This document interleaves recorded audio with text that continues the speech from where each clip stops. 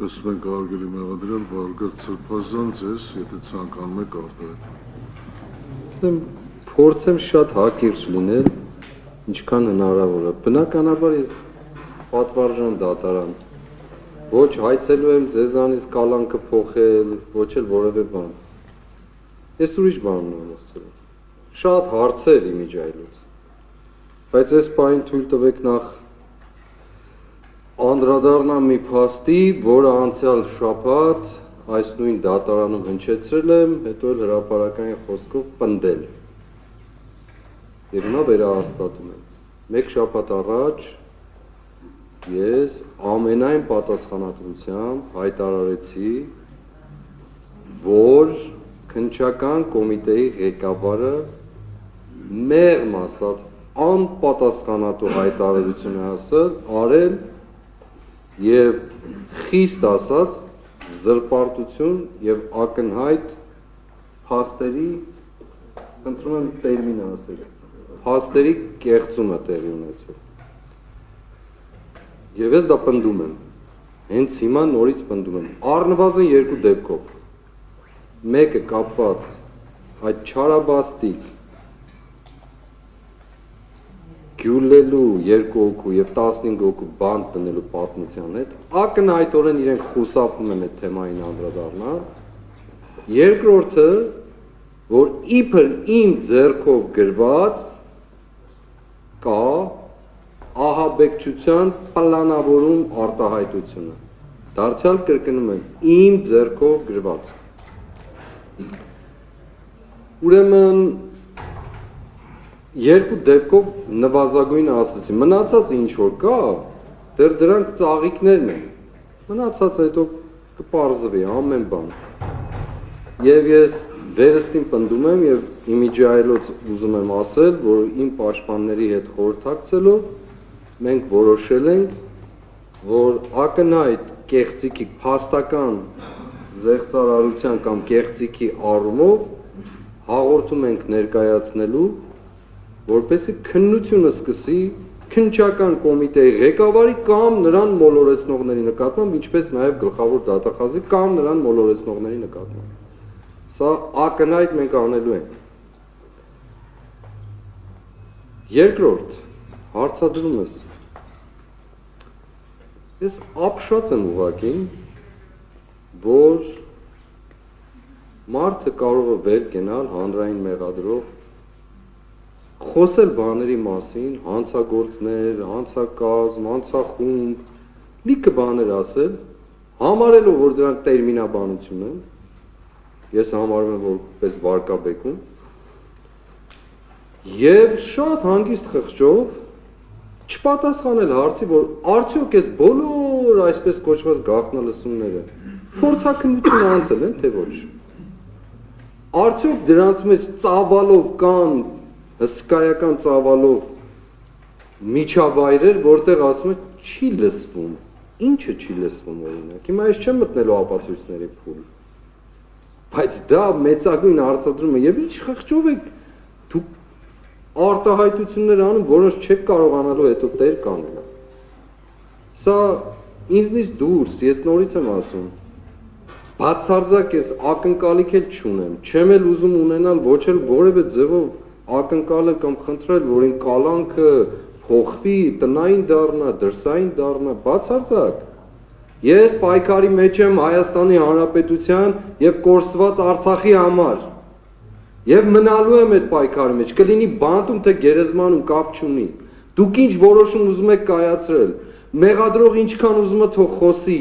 հազարավոր էջերով, փաստաթղթերով բերեք, այս 2 տարի է մեզ անընդհատ ուղղակի հանցագործ ֆեյքերի պոակով հալածել են բոլոր առումներով, դրա մասին որևէ մեկը խոսել է, ստեղծված կառավարության հովանու ներքո գործող ամենազզվելի, ամենազազրելի լուտանքներով ու մեղադրանքներով, բայց սրանց պաշտպանվածությունը որտեղ է, այս մարդկանց կամ բոլորի, որևէ մեկի, ով է դա հանձնել, այո ես պայքարել եմ ու պայքարելու եմ, իմիջայլոց ասեմ ձեզ, պատվարժան դատարան, 3 չառաջով ինձ քննչական կոմիտե են կանչել, դուք տեղյակ եք, Ձեզ տեղեկացրել են, որ այս դատավարության գործընթացով անցնող երկու անձի, նվազագույնը ես գոնե երկուսին գիտեմ, ինձ եւ չգիտեմ նախաքննական գաղտնիքը կամ ոչ Լիդիա Մանթաշյանին կանչել են քննչական կոմիտե։ Տեղյակ եք ինչ կարգավիճակով։ Օրինակ դուք գիտեք ինձ ինչ կարգավիճակով են ընդգրկել։ Հիմա պաշտպանս ասում է դա կարող է նախաքննական գաղտնիք լինել։ Ինձ ինչ նախաքննական գաղտնիքա թե ոչ։ Կանչել են։ Եվ ինչ կարգավիճակով են ներգրավել գործի մեջ, գիտեք։ Չգիտեք։ Հարցրեք թող ասեն։ Ձեզ շրջանցել են։ Ես կարծում եմ, որ ձեզնից իրավունք պետք է հարցնեին։ Ձեզնից իրավունք պետք է հարցնեին։ Իսկ ինչու են կանչել։ Կանչել են, որ ծածկա դմփոց անեն իրենց խայտարակ հայտարարությունը։ Ես ձեզ ուղղակի ասում եմ,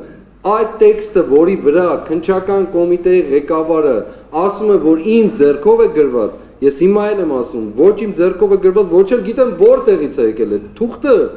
որովհետև այդ թուղթը ես ողջամիտ կասկածում եմ, որ իրենք էլ սարքել դրել են մեր պահարանների կամ որտեղ որ դրել են։ Կարող եմ ունենալ այդ կասկածները։ Եվ այդ թուղթը կարդալուց հետո պատվարժան դատարան, ես կարծում եմ դուք այդ գործը կանեք։ Ինձ պետք էր, եթե ենթադրյալ ես եմ կամ որևէ մեկը, պետք էր ոչ թե կալանավայր ուղարկել, այլ հոգեբուժարան։ Մի հատ էլ հոգեբուժ եւ երկու հոգեբան վարձել, որպեսզի ինձ հետևեն, ենթադրյալ եմ ասում, որպեսզի ես այդ արարքները չգործեմ։ Մի տվյալ կասեմ միայն եւ դուք ենթադրեք այդ թղթում գրված, որ ես պլանավորում եմ 150,000-ից 250,000 հոգի գերեվարել Ադրբեջանի տարածքից, Նախիջևանից եւ Արցախից։ Ես պլանավորում եմ 40-50 կիլոմետր խորանալ Թուրքիայի տարածք, 24 ժամ անկասելիորեն ռմբակոծել։ Հիմա սա հոգեկան խանգարում ունեցող մարդու գրված կա։ Թե ոչ, ինձ ինչ է տարել կալանավար, պետք է տանեն հոգեբուժարան։ Պատվարժան դատարան, ես մի բառ չեմ չափազանցում։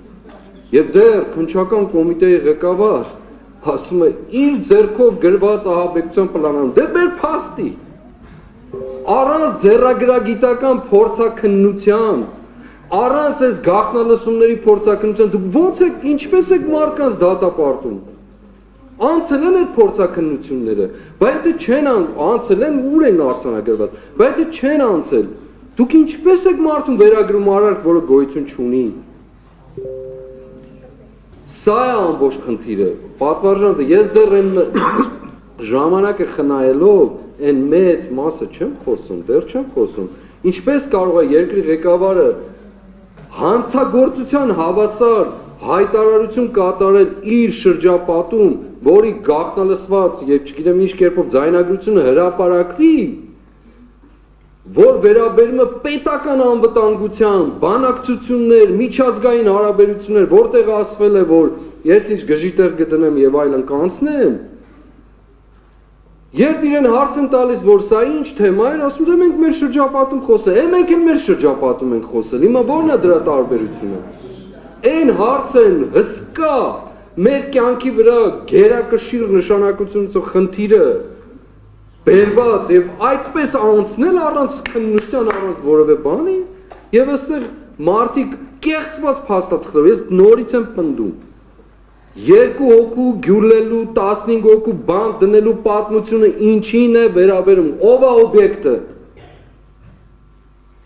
Եվ դեռ մարդիկ ասում են, եւ այո, ապրեն լրագրողները, որ հենց այդ նույն պահին ցույց տվեցին գլխավոր դատախազին, քննչական կոմիտեի ղեկավար այդ արտահայտությունները անելուց, այս քարոզչական արշավը, ես ինչու եմ դրա վրա կենտրոնացել, շատ նյութեր կան, բայց ամբողջ քարոզչությունը դարձել, այդպես է սկսել ամեն ինչ, բայց թե ինչու է սկսել, ես լավ գիտեմ, մեզ մեկուսացնելու համար է սկսել, որովհետև այո, ես ասել եմ, ուխտել եմ իմ նահատակ եղբայրների շիրիմների առջև, իմ կորսված Արցախի առջև, իմ հայրենիքի ու պետության առջև, որ ուր են որ գտնվեն, քանի դեռ սրանք իշխանությունը իմ պայքարը չի դադարելու։ Չի դադարել, դա ինձնից Աստվածը ուզել իմ նահատակներն են ուզել, չի դադարելու, ուզում եք կալան, ուզում եք դերեգման, ուզում եք տվել, կապ չունի,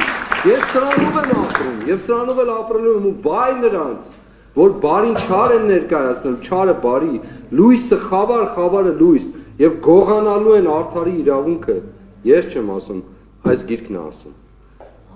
և սա այսպես է, Եվ ես խղճում եմ ուղղակի, խղճում եմ այն մարդկանց, ովքեր մտել են այս պատասխանատվության տակ։ Այո, ես մարդկայնորեն բարկանում եմ երբեմն,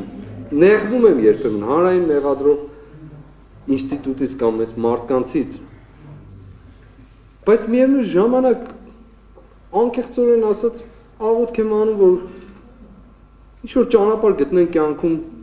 ազատվեն այս փորձանքից։ Այդքան բանը կասեմ, եւ բոլոր նրանց ովքեր ընդգրկված են այս գործի մեջ։ Ես խնդիր չունեմ, իմջայլոց Արամ ջան, պարոն Վարդանյան, ներողություն։ Ես տուն էլ չունեմ, որ տնային կալանք տանեմ։ Այնպես որ ոչինչ։ Հարց չի, լավ, չկատակ եմ անում։ Ուրեմն, պատվարժան դատարան։ Հստակ ասում եմ վերստին կրկնելով եւ ավարտելով։ Իմ պայքարը չի վերջանալու։ Կալանք, չկալանք, գնդակահարություն, ինչ ուզում եք դրեք, կապ չունի։ Երկրորդ, ակնհայտ կեղծված են, ակնհայտ, գոնե երկու մեր ցույց տված են, մնացածները ցույց չեմ տալիս։ Ակնհայտ կեղծված փաստերով եմ ասում։ Երրորդ, այս նյութերը ոչ մի փորձագիտական քննության չեն ենթարկվել, ոչ ձեռագրագիտական, ոչ ձայնագրությունների առումով չեն ենթարկվել։ Մենք կարող ենք ժխտել ընդհանրապես ասել, որ մեր խոսքերը չեն, մեր ասելիքները չեն, ընդհանրապես, որովհետև չկա, գոյություն չունի։ Չորրորդ, 8 ամիս մեզ անընդհատ լսելուց հետո իրենց ասելով, գալ մտնել խուց եւ փորձել ինչ որ բան կորզել, սա արդեն նենգություն էլ չի, արդեն խոսում են մասին, որ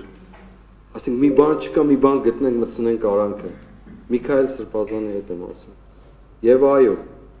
եւ փորձել մեզ կապել, հիմա ես ուրիշ դավադրություն եմ ուզում ջարդել այստեղ, եւ փորձել մեզ կապել Միքայել Սրբազանը ռազմակոչ արել, Սամվել Կարապետյանը ֆինանսավորելը, մենք էլ իրականացրել ենք։ Սա է ամբողջ տեսիլքը, սա է ամբողջ գործը, սա ուրիշ բան չկա։ Դրա համար էլ այն մարդը կալանավայրումը, մյուսը արդեն դատական վճիռ կայացված։ Հիմա փորձում են ինչ որ ձևով, կապերով, բաներով բերել հասցնելն։ Մի փորձեք ընդհանրապես, ասում եմ, այս դավադիր գործը մեկ նպատակ ունի՝ պահել այսօրվա չարիքի իշխանությունը։ Մենք Ես կոնկրետ ասել եմ ու կասեմ, պատասխանատու եմ երկնքի առջև, պատասխանատու եմ իմ նահատակ հայրերի ու եղբայրների առջև, պատասխանատու եմ այն բոլոր մարդկանց առջև, ովքեր մի վայրկյան անգամ վստահել են մեզ։ Աստված զորացնի բոլորիդ։